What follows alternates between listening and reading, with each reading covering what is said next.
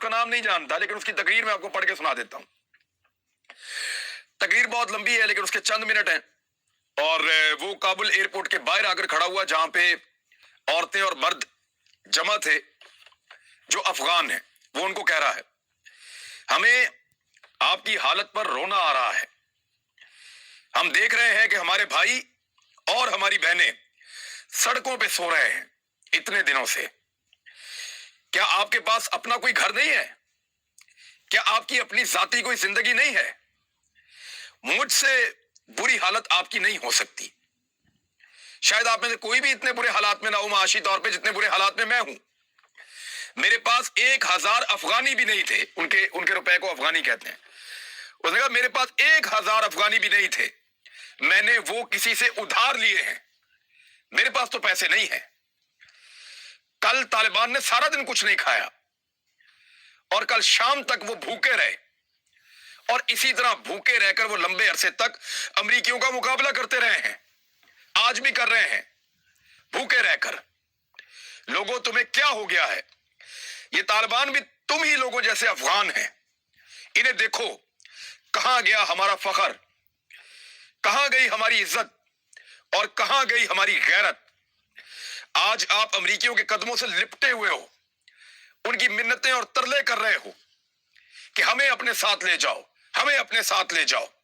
यह शर्म का मुकाम है। आज ये तुम पर है कि तुम गुलामी की जिंदगी का इंतखाब करते हो या इज्जत और गैरत की जिंदगी का इंतखाब करते हो। जाने दो इन अमरीकियों को यहां से, हमारे मुल्क से निकलने दो इन्हें। हमने उन्हें बजोरे ताकत यहां से भागने पर मजबूर किया है। हम उन्हें यहां रहने की इजाजत किसी सूरत नहीं देंगे। अमेरिका अगर 10 गुना ज्यादा ताकतवर हो जाए और ताकतवर होकर फिर आ जाए तो हम इनसे फिर लड़ेंगे। हम तब तक लड़ेंगे जब तक हम जिंदा रहेंगे।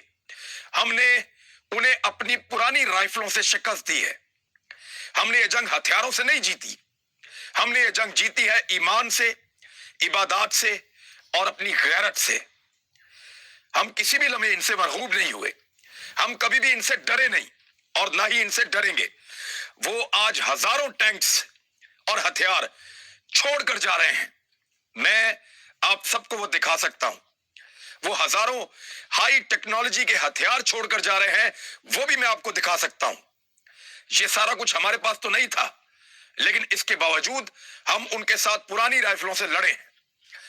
ये सब अब अफगानों का बैतुल माल है। ये सब हथियार अब अफगानों के हैं। हम किसी को इसमें से कुछ भी नहीं लेने देंगे। हमारे सिपाहियों के पास अब बेहतरीन हथियार आ चुके हैं। एशिया में सबसे शानदार फोर्स हमारी बन चुकी है और हम इन हथियारों के मुहाफिज और जिम्मेदार हैं। हम एक यूनिफॉर्म या एक गोली भी किसी को चोरी नहीं करने देंगे, किसी को इधर उधर खुर्द बुर्द नहीं करने देंगे। हम आपको कभी धोखा नहीं देंगे।